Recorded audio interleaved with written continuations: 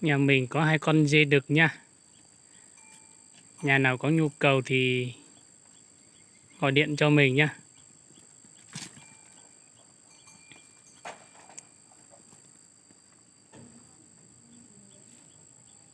Hai con dê đực này nó đang hôn hít nhau, không thằng nào bỏ qua cho thằng nào.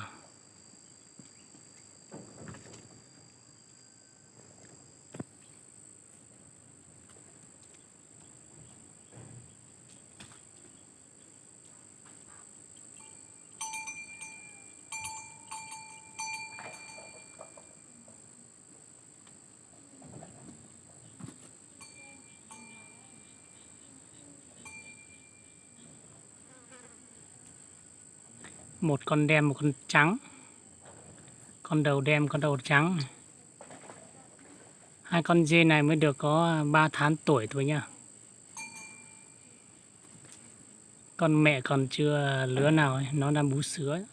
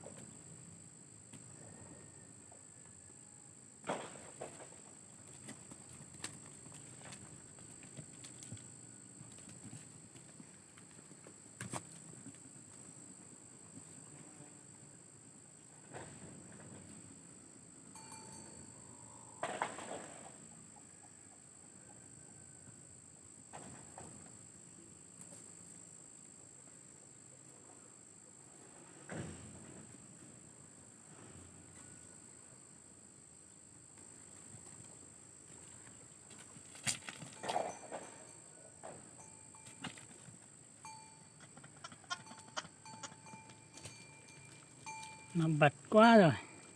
Không con gái nó bật quá rồi.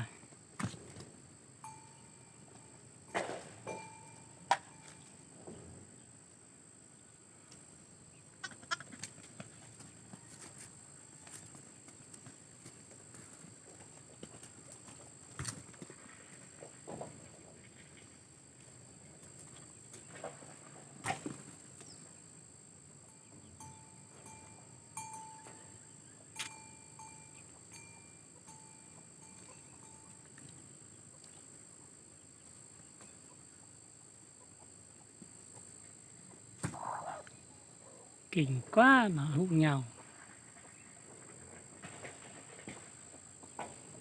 Bộc bộc bộc thì nay gãy sừng mất rồi.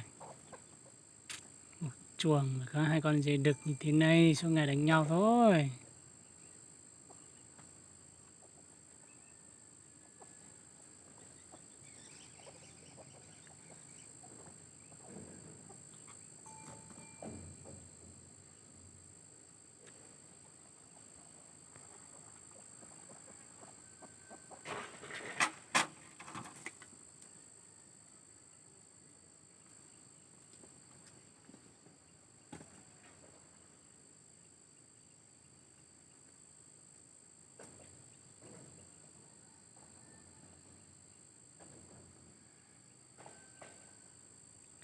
Thôi, chúng mày là anh em thì không đánh nhau nữa.